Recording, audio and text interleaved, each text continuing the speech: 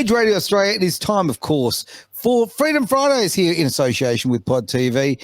I'll run through the panel, but I think we all know each other by now. I hope so anyway. Actually, I will run through. Let's be honest here. We've got the incredible Derek to my left, mate. Great to see you. Good to see you. Good. I'm not going with surnames. Mr. Carter, I will because... You're not going with surnames. No. There's a reason being. Witness protection and the whole thing. On the screen, we've got Dan all the way from the US, mate. Great to see you there. Yeah, there. Fantastic. And from Sydney, we have the Shak Attack himself, mate. Shak, how are you? I am well. Happy New Year, everybody. Absolutely. I'm ready for a big year. Now, we're going to do things differently. I'll just jump straight in on that. This year, it's all about the podcast. So what we're going to do is we're going to go commercial-free, music-free, and enjoy the show, but we're going to hit the subjects very hard. And the first 100% of Travis. I love it. Oh, dear. The first thing we're going to jump into, I'm going to actually throw you straight to Shak on this because I've been watching this in the middle of the night. I'm enjoying it a lot, but, mate, you're all over it. This is the Republican rush towards the White House. Let's talk about it. Yeah, look, I will just say one criticism of Donald Trump. Of many, because there is many criticisms you can level at him, but I don't like the fact he hasn't debated. I understand why he hasn't. Yeah. But I would have preferred to have seen him debate, and certainly that was some of my criticism of Curry Lake and what was her name, Dan, in Arizona, who refused to debate. There was a couple of others as well. So, yeah, I do have a bit of an issue with that. But other than that, look, I thought the result was exactly what we were expecting. Donald Trump took 51%. He took out every county except for one. And that one county he didn't take. In Iowa, he only lost to Nikki Haley by one single vote. What? So for those people who think their votes don't matter or don't count, actually, sometimes they can. So I thought that was pretty impressive. Very interesting, right? Ron DeSantis came second. And he hasn't spent a lot of time in New Hampshire, and he's come out and said, "Look, I don't see a pathway forward, so I'm going to drop out of the race." Now we saw before that Vivek Ramaswamy dropped out. His results weren't as good as he was hoping. I don't think anybody was realistically expecting him to do that well. I hope, for the sake of the United States, that there is actually a future for him in politics. I think he's a good leader. I think that he has. I think he talks to a lot of people and speaks the truth, speaks his mind. So I think that he's an asset to the country. In much the same way, by the way, if I flip to the Democrats, in much the same way that I thought Andrew Yang was actually a good person for their side, I think Vivek Ramaswamy is a good person for the Republicans to have around. There is some speculation that Tim Scott might be the VP pick for Trump. Look, I don't know how that'll play, but look, it's a two-person race, which is what Nikki Haley has wanted. I think that if this was any other circumstance, I think Nikki Haley would probably do a lot better. But I think because the Republican Party has moved away from the old sort of conservative way of doing things, the warmongering that has historically gone on the political right in the United States, the sort of corporatism where some corporations benefited massively from Democrat policies and some benefit massively from Republican policies. Whereas I don't really think that that's what Donald Trump was talking about in his time, both as president and the lead up to the presidency last time round. That's certainly not what he's talking about now. He tends to be talking about what's best for the people. We can argue about whether or not those policies are actually having the intended effect, but I think that is resonating with a lot of people that feel that exactly like they did in 2016, that the people, the elites, are just out of touch. They don't get it. They don't understand. I tend to think that Nikki Haley's finances make her. It takes credibility away from her. To me, she just looks like she's bought, paid for, and absolutely owned. Well, that may well be the case. I think that it's difficult for any politician not to have some of that sort of baggage around. And I might just flip this into Australian politics for a moment. One of the things that people used to bag Julia Gillard about was that her boyfriend wasn't an investment banker or something like that. He was just a lowly hairdresser. I mean, you can't have it both ways, right? You can't sit there and bemoan politicians who are, married to powerful bankers and, financiers and whatever else they are, but then also complain when they're married to, Joe next door. So Sure. I think Nikki Haley in any other circumstance probably would have done better. I'm not sure how she'll play out in New Hampshire. I tend to think Trump will probably still win New Hampshire, which is relatively rare. New Hampshire tends to do the opposite of Iowa. But the big thing to watch out for is what's going to happen in South Carolina, her home state. And ironically, that Trump will probably do better than her. Trump is leading in Iowa 53% right now. And so he's doing better in New Hampshire in the polls than he was in Iowa. Haley's 16 points behind him. The problem is she's been painted by a broad brush as being sort of a rhino Republican, a part of, the world elite power structure and all this other BS. And I think that's probably true. You can't trust Nikki Haley. Look, the other issues that are at hand there is, she's been calling for that two-person race. Now she's got one. It's Donald Trump v. Nikki Haley. But the support for people like Vivek Ramaswamy and Ron DeSantis is going to go, most of it is going to go to Donald Trump. Yeah. I don't think it's going to boost her. Chris Christie's support might boost Nikki Haley's, but I mean, who was supporting Chris Who Christie? cares? So yeah, really. And so that's I think that's going to play out. I think Nikki Haley's going to drop back pretty quickly, and I think she's going to be very careful about how she plays this, because if she wants to have any shot of the cabinet position in a future government, she's going to be very careful that she doesn't get too much mud in her face now. And these things can be brutal. I mean, Hillary Clinton, I talked about this in 2016. It was brutal for the Democrats to just go after her the way they did all up to that election. And then when she became the nominee, all of a sudden, you've got to love her and vote for her. It's like, no, Democrats, you just told us, you just told the whole country that she was terrible for the last, year or 2 years. So, I would fear that Nikki Haley might end up in a position where any positive contribution that she could have made goes by the wayside.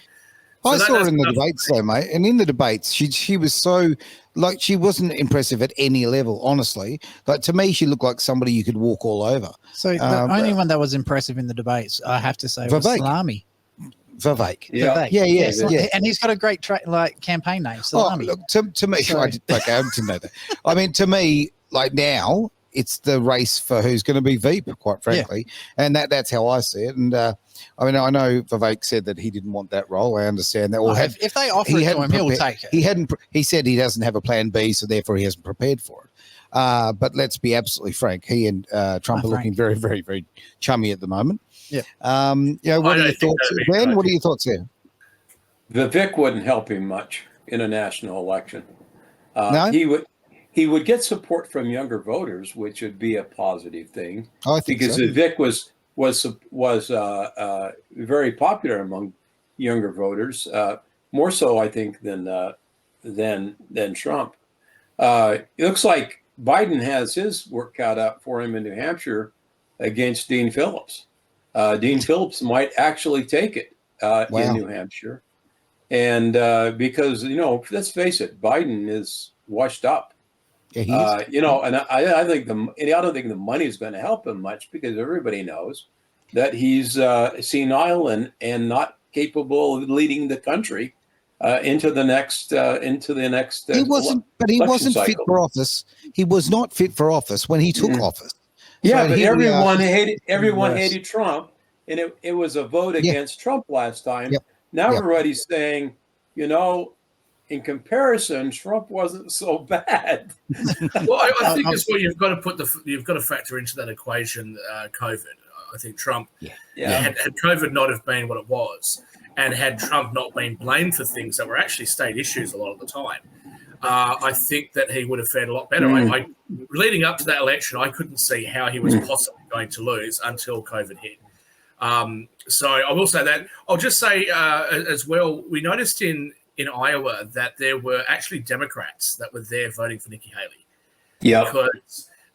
Because they didn't want to vote for Biden. So that has somewhat skewed the results, but I don't think Nikki Haley is going to do so well. As for Vivek Ramaswamy, or for that matter, someone like Ron DeSantis being his VP, I don't think that would actually be a particularly good idea, because they're both outspoken. They're both they've both got great ideas for the future of the country, etc.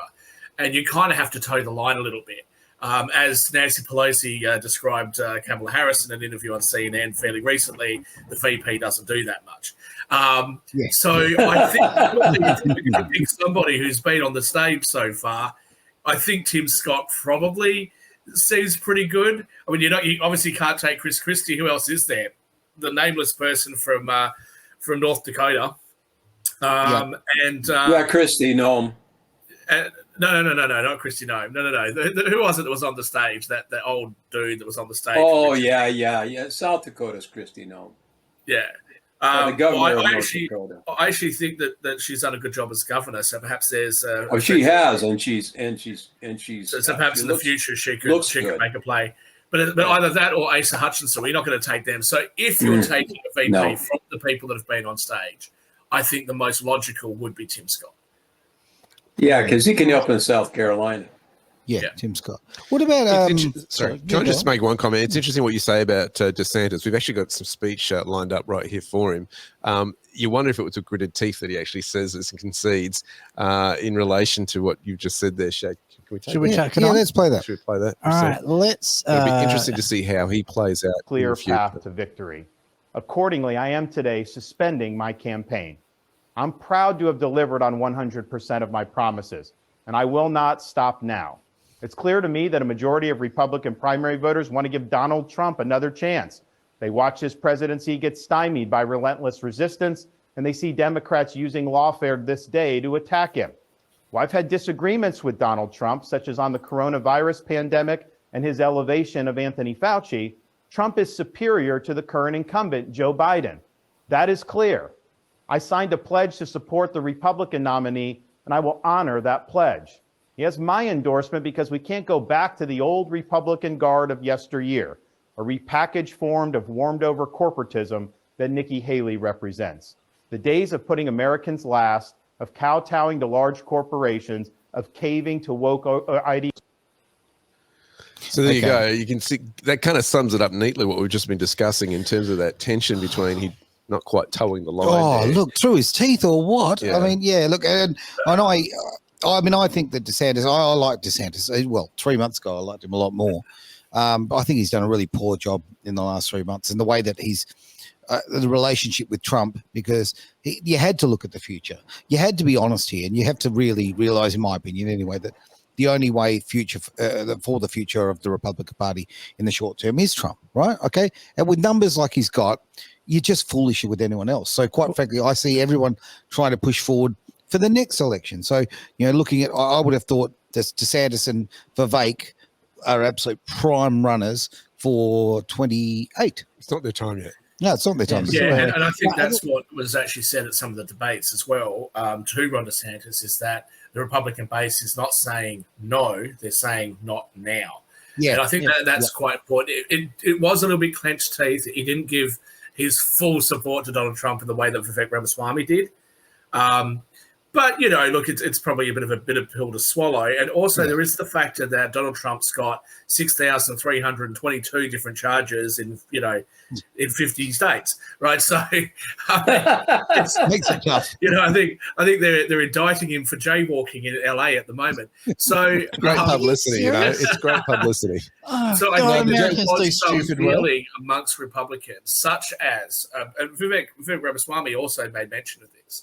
That what happens if he does in fact get jailed? And people say, well, he can actually pardon himself, which is true.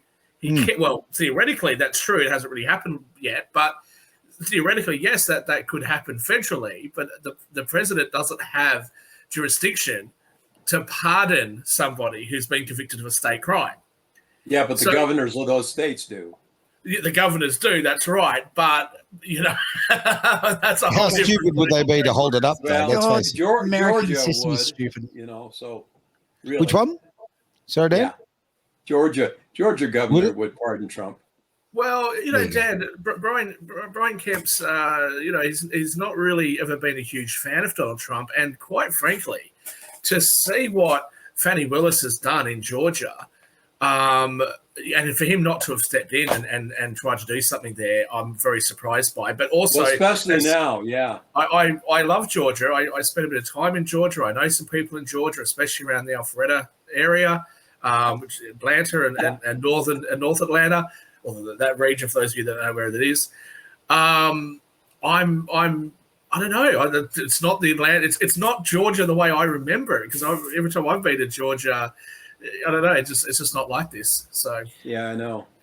All right. Well, look, we've spoken about Nikki Haley, so we're obviously going to be talking about corporate elites here. Should we move to Davos? Oh, one thing. So this is. Hang on. I just want to talk about the video we just watched. Sure. With DeSantis. So you could clearly see he wasn't happy with it. Of course. So, but that's fine. I understand that one. But then you look at Vivek, who I still think Salami is a better name for him.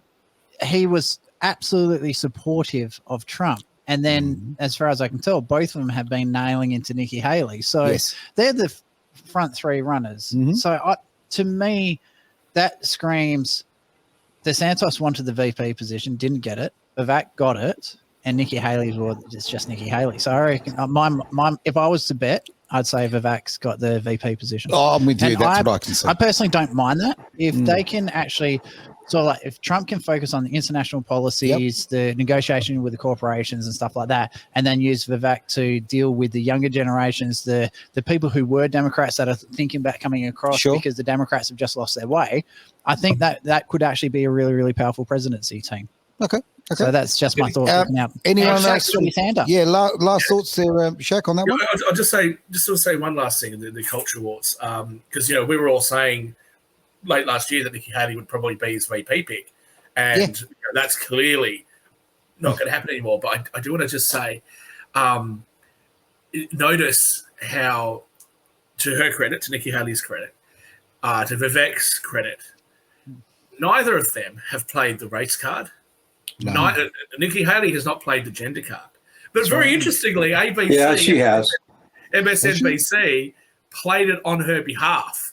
So she just accepted that she got roughly the result that the polls indicated she was going to get in Iowa. And yet on left-leaning media, they're like, well, she's a woman of color in this white Christian area of Iowa.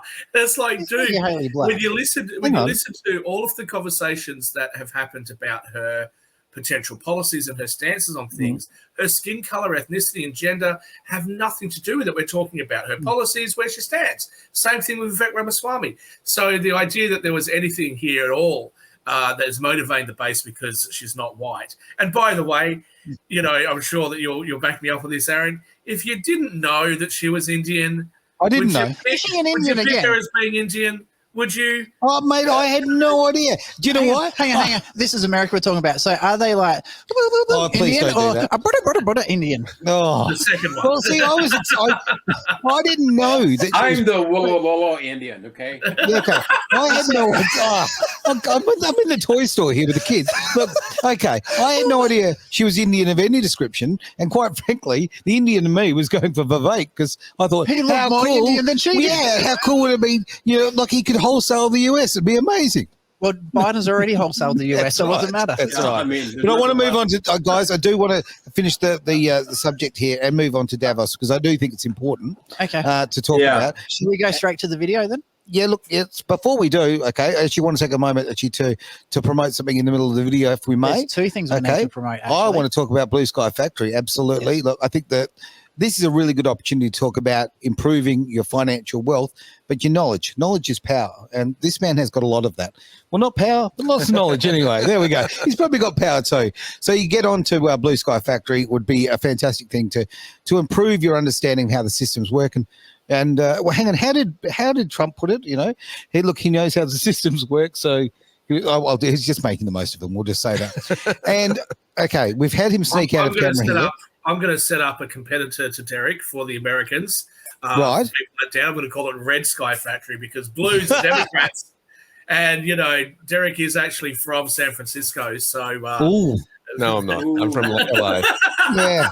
Oh, hang on. So, okay. So we've got a Californian here who's you're masquerading with all the Republicans, mate. What's going on? Well, with a beard like that. Oh, Anyway, look at that. so now the other second one that we got to promote is, and a lot of people probably don't know this, Aaron did actually lose his house to a bushfire. So I cheekily reached out to a company called Lowe's, which are notorious for extremely terrible shirts. Wonderful shirts. So this is the first one they sent in the mail. That's nice. I'm loving it. So, yes, Yeah, thank you so, very much, Shaq, Lowe's. I'll be right back in a moment. I'm done put that video. When we come back after this video, Can I we're going to just have another say- shirt for you. Let me just say one quick thing to Lowe's. So I used to buy Lowe's shirts. Yeah, these we can shirts tell that your I have shirts. now, I actually get these from Fiji. That's the only reason why I'm not buying them from Lowe's. But I think that's been a tremendous thing that they've done, and they deserve the support of all of our audience. So thank you very much. Absolutely, because you know what? Like, it was. I'm not going to go too far into it, but like to lose my funny, All your terrible my shirts shirts. are part of my identity, you know. And to have Lowe's step up and send me some beautiful stuff. I mean, I just That's an understatement. I've seen these shirts. They're so bad. oh, some are so loud that I'm embarrassed to actually put them on, but So, I'm going to do it. yeah, like so- if they embarrass me, they're loud, right? So let's go to this video, Let's and do I'm it. going to nick off and get another shirt. Okay, fantastic, mate. The state is not the solution. The state is the problem itself. You are the true protagonists of this story. And rest assured that as from today, Argentina is your staunch, unconditional ally. Thank you very much, and long live freedom. Damn it. Wow. Well, there you go with that one. What are your thoughts there, Derek? Well, I just love somebody who's the fox amongst the pigeons there in terms of the event itself. I mean, it's quite ironic that the theme for the World Economic Forums is restoring trust. I mean, that's almost a concession of. That's a concern. That is so Miami Vice. I love that one. I love it. That is cool. All right, mate. Let's get on to the subjects. Come on. No. We'll do it later. Come on. Oh, He wants to do his fashion parade now. that's right. That blends in with the background. That's almost camouflage. Well, that's around wild, here. isn't it? Hey. Yeah. Oh, That's beautiful. That's beautiful. oh. Insane. So, Right. I'll be modeling them later for anyone who wants to turn the camera off. and this one actually comes in a two-piece. Look at that. And Nice. I've got the matching shorts. So there you go. All right, let's get into Davos. Let's talk about the World Economic I Forum. think Shaq's still out having a Okay. smoke, but anyway. All right. Well, Shaq will be back. I'm sure that, we're worried about his health, but he'll be back in a tick. All right. I think he's changing his shirt to try and outdo the shirts that Ooh. Lowe's has sent us. All right, Shaq's back. So here you Okay. go, Shaq. Oh no, I like Yeah, it. well, I'd wear Yeah. that. Yeah, I know you. Yeah, know. I like them. Your amount of They're taste. good. Yeah. Like, I have to say, I don't know if you knew. All right. The flamingo one is by far my favorite. All right. Now that we're leaving Milan, can we go to Davos, please? Put on your Let's snow talk gear. We're about over at Davos. Davos. I think it's interesting. Their theme is called Restoring Trust. That kind of Oh. is showing that they're conceding some ground there Just a bit. as what's going on. I don't think we've seen the end of what the globalists are going to do in 2024. No, I think they've got their last firing shot in the cannon. And I think from the research that I've heard, they are very likely to try to use what they were going to pace out over 10 years to do all in one hit. Okay. And so I think we're in a wild ride for 2024. So fasten your seatbelt. I think it's going to be this year is going to be a massive change. I think when the history books are written, 500 years from now, 2024 is going to be a pivotal moment, a shift. I think Malay's comments there, he's sticking to his guns as far as what he's promised the Argentinian people and calling it out what it is. The state is the problem. We've got to get power back to the people. I also like the fact that, of all the clips that are circulating the internet, that's the one that is kind of showing up the whole event, as it were, now. And also, it's interesting, in the response to all this, there's been a proposed Republican bill not to fund Davos anymore and say to the American taxpayers, we're not to send any money to this event. Well, it just the arrogance of the event actually blows my mind, because I didn't know this until just the other day, but they take over the town. Okay, I understand that. But they literally have all the shopkeepers move out for the week or 10 days, whatever it happens to be. They all move out of their shops. So all their businesses cease. They obviously throw them some money and away we go. And then they rebrand all the shops throughout the entire place for all the different companies. And one has literally been renamed BlackRock. It's just like, why can't you just have it at a convention center or something like that? The arrogance of taking over a town like that, it shows just this thirst and for power, and it's an arrogance that I just think's at a level that shows that they don't care about the everyday people. person. Like it gives them a huge Epstein had an island. You could have done it on Sorry, Epstein Dad? Island. They could have had it done on. They could have done it on Epstein Island, and well, no, it's just been sold. So Epstein Island, really? yes, it has been. I've been so out of the loop on the news. Oh, they're going to turn it into a resort, believe it or not. Epstein Island, yes, a resort for pedophiles. Apparently, yeah, exactly, yeah. Right. But for those who want to go and have their selfies at the most disgusting place on earth, sadly there is a market for that. Yeah, and that's really yeah. Bill Clinton's already booked. So, just bringing it back to Davos. Yes, I get where Derek's coming from, but you got to remember this whole agenda's been going on for centuries. This isn't a new agenda. This isn't it's something that's just come out of nowhere. So I actually think it's going to go the opposite way. I think sometimes to go forwards, you've got to go sideways or backwards a little bit first. So it's sort of like you've got a financial position on. It's not the greatest. You step back, reposition your wealth, and resort your investments. Then you move forward at a much greater rate. I have a sneaky suspicion, especially with some of the world leaders kicking up about this, even with the Democrats. If it came from the Republicans, then yeah, I'd agree with you. But because it's come from the Democrats, that's showing that they're on instructions to say, hey, make it appear like we're pulling back. Right. We're going to slow down. We're going to reposition where we're going to attack from, and then we're going to start pushing it from a different direction. How's it from the Democrats? Wasn't you said the Democrats? It was a Republican bill. Yeah. So you did say Democrats. Did I? Yeah. Oh, sorry.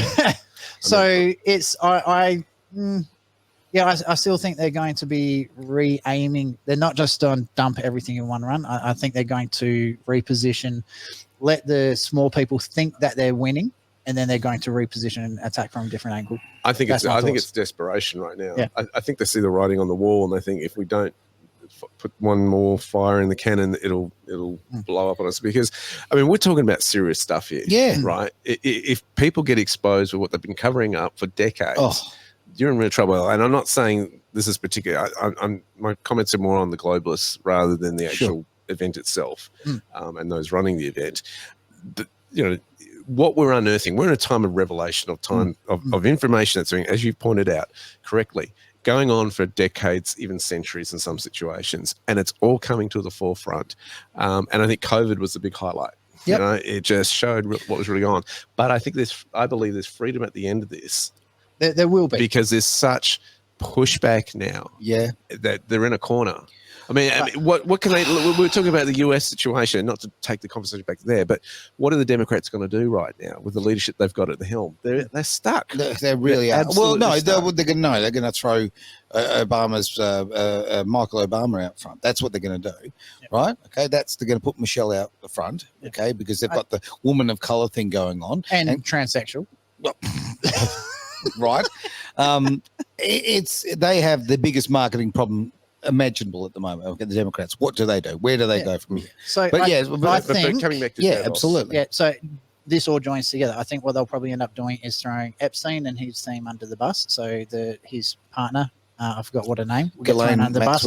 I think the Fauci will get thrown under the bus. Obviously, Biden and his son will get thrown underneath the bus. There'll be a whole heap of arrests, like maybe 5 or 6 like high-profile people will get arrested, and then they'll take the blame for it. And that's going to be their cue. It's like, oh, we found a problem within our systems. We've cleaned up now. Yeah, and I think we will get freedom of it, but I think it's only going to last for a short time before the attacks come again.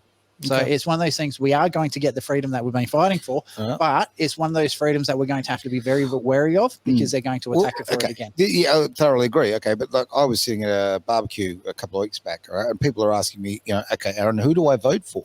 Right, because you look at all of our political systems, whether it be the US, Australia, whatever the case may be, like at the moment there is such a absolute void of genuine leadership. Right, we've just got followers, we've got people who are there are a few out there, but there's a lot of followers and a lot of people that sit on their asses like doing jack shit. They only reappear during elections. I think what you're going to find is that the Goliath within the United States has to be taken down. Yep. And then you'll have the other giants then collapse globally. Well, you'll see the ripple effect in Canada, France, Australia, New Zealand. I think you'll see that that domino effect from there.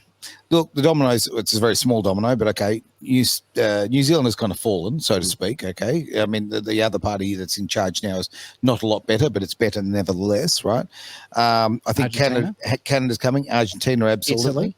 Italy, yep, okay, very good examples, but yeah, we're waiting on Canada for no doubt about it. Germany's looking very interesting at the moment with the farmers have all come forward. Le Pen, where's she? France, isn't she? Or the name would suggest, but I don't know. Is Le Pen French? French elections. The yellow vest, that started in France, didn't it? I'm pretty sure Le Pen it has started a bit of. But the people are genuinely revolting against these powers, right? But what scares me is what's this line that we hit where, you know, our rebellion ceases being effective. Well, I think it is being effective. I think the pushback is people have had enough. They're fighting for what freedoms they've got left, and not just fighting for themselves or their children. But I think I think we still haven't seen nothing yet. Oh, I thoroughly agree. And look, I know this is a show that, you know, Freedom Fridays, we particularly aimed at the American market, but there's a reason why I'm wearing an Australian flag for a shirt. Okay, it's the last one that you had clean. Absolutely, no, it's because we're about to head into obviously Australia Day. And our biggest retailers in this country are refusing to be patriotic and refusing to carry the products. I did a backflip on that. There has been. And the backflip's been fantastic because Wesfarmers owned Woolworths, okay, has seen a massive, pretty decent drop in share price. $2 billion lost in that. Okay. You found, you know, Aldi have also been affected that way. And those who have actually stepped up and said the Australian products, although they're all made in China, mind you, it's about patriotism. It's about owning owning our own country. Well, this is an interesting case study, and it's something they've tried to do globally as well, and that's divide society. Yeah. Right? Yeah. I think, I was hearing one of the, Alex, I can't remember his surname, the Liberal minister over there. Anyway, once you think of his name, he was highlighting the fact that it started, Alec Antic. He was saying, it started when we started giving equal status to the Aboriginal flag, to the Australian flag. And that kind of divided the nation. And empathetic, yes, people understand why they're doing that. But what you've had, the ripple effect of that, is you've had other political lobby groups start to put their flag and say, hey, it's on equal par with the Australian flag. And symbolism's a big deal. Now, in the United States, and Dan can tell you this, there's a whole protocol on how you display the US flag. Where it is on stage. Where it is in Australia, but it's not followed in Australia. I love the way the Americans, Dan, I'll tell you what, the way you guys respect your flag is such an important thing, and it's something I very heavily respect. Well, I was at you go on? Except Biden disrespected the flag at his gay and lesbian event at the White House. Yeah, that was disgraceful. Absolutely disgraceful. I was at the cricket. Look at all the athletes that turn their back on the flag, that kneel for the national anthem, all this sort of stuff. So I'm not sure when you say Americans are so patriotic about their flag. Certainly better than Australians, no doubt. But the rest of them aren't. Yeah, okay. My point is this, and this we do have rules. What I was about to say is that they want us infighting. Yeah, right. Spot on. Because it gets us distracted from what's really going on. Yeah, okay. You have your debates about gender. Have your debates about vaccines. Have your debates about all these other issues. Let's divide. Let's get society segregated. Because if you're divided, you cannot stand united to resist. And that's what the whole there's a prime example of that one. And I don't know if Shak and Dan actually know about this one. So this one might be a new one to them. So obviously we've just had the referendum in Australia against The Voice. 60% no to The Voice, 40% yes. WA, we had the Aboriginal Heritage Act where they were like changing all the laws and giving the Aboriginal people, especially the LARCs, the local area network people, huge amounts of authority to control the land. Yes. All of that got voted down. They repealed the Aboriginal Heritage Act. So what the government turned around did instead is they've gifted 8% of WA to the Aboriginal people. Twice the size of Tasmania. All right. So that's 20 million acres, hectares, 20 million hectares of land. Yeah. So this is insane. So it's one of those things, and this leads back to my Davos comments, even though they might be backing down on policy, two policy, three policies, they're not quitting. They're going to keep pushing and pushing and pushing. And this is one of the things where I'm saying we need to be prepared. We need to actually understand what's going on the side of politics. We've got to understand how each of these policies affect us, and we've got to be prepared to fight for our freedom to make sure they don't take it. Okay. We may get a respite of peace and freedom for, maybe 3-4 years or so. They'll come back with something different. They'll go through a few people under the bus. They'll get arrested, and then they'll move on to the next target. So they're too well organized, too well funded. They've been out this for too many centuries to just quit because they're getting a bit of pressure at the moment. But okay, well, I'm going to throw fighting. it to Shak. Shak, what strategies could we use to fight against this, mate? Sorry to throw you right at it, but I thought you might have an opinion on this one. Specifically, you're talking about Davos, or you're talking about Australia Day, or? Well, basically, no. The strategies of taking back our sovereignty. The fact that there's this constant attack on what it is to be an American, to be an Australian. What tactics can we use to fight against this? Well, first of all, I think that people have to fall back in love with the country, the countries. We should recognise that there's been problems. We should recognise that things in our history have not been great at times. Slavery in the United States and the aftermath of the civil rights is not one of the bright spots in their history. The White Australia policy and the stolen generation in Australia is not something which is a positive part of our history. But that's not what defines us. What defines us is actually how we went past those issues. Did my mother make a mistake coming to this country? Before she had me, obviously, she came here when she was 18, and 4 years later, she gave birth to me. Was that a mistake? Of course not. So, the idea that I'm expected not to celebrate Australia Day, which is a country that's provided me with all sorts of different opportunities, that doesn't make sense to me. And for immigrants and the children of immigrants to be made to feel that they're not supposed to be proud of the countries that they live in is absurd. And for those people that have lived here for longer, we should be demanding that our school system actually teaches ethics, civics, teaches the history of the country, what we stood for, what we fought for, how we got to where we are.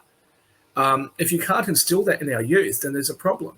But unfortunately, we've allowed the left to infiltrate all of these organizations. And I'll tell you why I think that is. The same reason why I think that the World Economic Forum sometimes, not always, I'll try and keep a straight face for this, sometimes get a little bit of criticism that they don't deserve. The reason I'll say that is I've been to meetings at places like this, right? And I'm supposed to be going to a meeting at the World Economic Forum at some point next year. What happens at these places is everyone gets dressed up and you all sit around and you just chat, and then somebody will say something. Oh, we're doing this thing to celebrate women. Everyone goes, oh, yeah, that's fantastic, right? Because you're not going to sit there and argue political points or debate political points. Why not? Like that, because it's not the right place to do it, okay? And it would be like if I was invited to a Greens party meeting or fundraiser, right? And I decided to go to it. I'm not going to then go there and argue with them about their policies because it's not the forum in which to do that. So what ends up happening, if you have a look at the World Economic Forum, what happens is you get a whole heap of different people and different groups that meet. And to be fair, they do talk about some of the challenges that are facing the planet today and what can be done to make sure that businesses are acting more ethically, which is what we, not that long ago, were complaining about, was that companies were not being ethical in how they were acting. So the World Economic Forum says, okay, well, how can we better respond to that? And also, how can government work with us? What ends up happening is that you end up with people there who wish to use government power and influence in order to achieve goals that haven't really been voted on by the populace. And that's where you end up getting criticism, where people say, who the hell are these people to tell us what to do in our lives? So that's an important point of distinction there. So when it comes to, I know it sounds like I've digressed away from your question, but the problem with conservatives and the problem with even libertarians and like more liberal people like myself is that we always say we want government out of the way. Yeah. We want you gone. So we don't exactly have huge forums where we meet and we invite government leaders to, and we invite the who's who of the business community to it and say to them, use your power to become less powerful, right? Yeah, There's no forum for that. So what ends up happening is that conservatives just sort of sit back and smile and politely nod along, right? And then they sit there and they go, oh, this is terrible. They're transing the kids and they're doing the this and the that and they're putting this up. I mean, there's a hospital in the United States at the moment that says that they'll deny healthcare, non-emergency healthcare, if you use the wrong tone or if you roll your eyes when you see that somebody's, gender non-conforming, all this sort of nonsense. Oh. Okay, I'll see if I can find the clip for you and I'll play that to you. So what's the counter to it? Well, all that you get is conservatives that will just sort of whinge and complain, and that's about it. And also, most conservatives, right, I mean, present company excluded, most conservatives don't go to church every Sunday. Most conservatives don't even go to church on Easter and Christmas anymore. So, there's this conservative so-called religious right that have nothing really to do with religion. Maybe it gets back to being like the life of Brian. I mean, maybe she has the right to be a woman, But the churches collectively have become less powerful and less influential. Yeah. And so what you've seen is the left be able to come in and just take over and use this government power. So I would say the first thing that we need to do is to instill in people a sense of independence, a sense of individual, like this is who I am and I don't want to be interfered with by anybody else, and a sense of pride. Dan, I say this to Dan all the time when we speak on the phone and to others, that it's ridiculous that when I come to the United States, I'm more patriotic than most Americans are about a country I'm not even a citizen of. Makes no sense. Well, this is what I love about Vivek Ramaswamy is he's trying to rebuild this pride in the nation and this personal responsibility. That's why I'm a fan of his. I mean, I can see some of it's just rhetoric and I can see some of it's just politics, obviously. But I don't know. I think the general message is just basically pull up your socks, make your bed and get on with it and have pride in the nation that, that so many people lost their lives protecting. I really want to jump in on this question because – and I'm don't be talking about Australia here, but I think it's really relevant to all Western countries on this one. So a lot of people, they have a sense of what they want and how they want to be, right. And they try to force everything around them to match that. Sure. And I think what's happening is because people don't actually understand the system that they're in, because you got to understand, in Australia, the Australian Constitution dictates everything that you can and can't do. Mm-hmm. Right down to it says what laws the federal government can make, what laws the state governments can make, what people can do, the movement of the people. It covers absolutely everything. So again, in America, the American Constitution does the same thing. Sure. How many people would actually understand and know what the American Constitution actually has? So I think a very, very small percentage of the people would know that. So I think one of the first things we need to do is actually fix the education system to actually start educating people on the political systems that is involved. And a lot of people aren't, they hear one line out of the Magna Carta. No, the Magna Carta is no longer relevant in Australia because the Australian Constitution precedes all past laws. Yeah. It's irrelevant. The only time it does become irrelevant is if there's something in the Australian Constitution that doesn't cover it, like the Mabo case. So and people hear this one line out of that one and they think that means absolutely everything, and they're delusional because they just cling on to it. They don't understand the system and they make themselves look like an idiot. Well, we all like a soundbite. We all like a soundbite, whether it's part of the Constitution or whatever the case may be. All right. Well, I'll tell you what we will do, though. We're going to have to wrap up the show anyway. So I don't know if I can be seen or what's going on, but we are wrapping up the show because we have another show in just a few minutes. I hope everyone's had a fantastic, afternoon, evening, morning, or wherever it could be at this point in time. Welcome. Welcome. Thank you very much for being part of Freedom Fridays. I'm being thrown out by the battery. We're back again. Oh, we're back. Look at that. Yeah. That was the non-economic forum just telling me they approved of my message there. Oh. All right. With that, have a great week, and we'll catch you next week for Freedom Fridays here on Edge Radio Australia and Pod TV.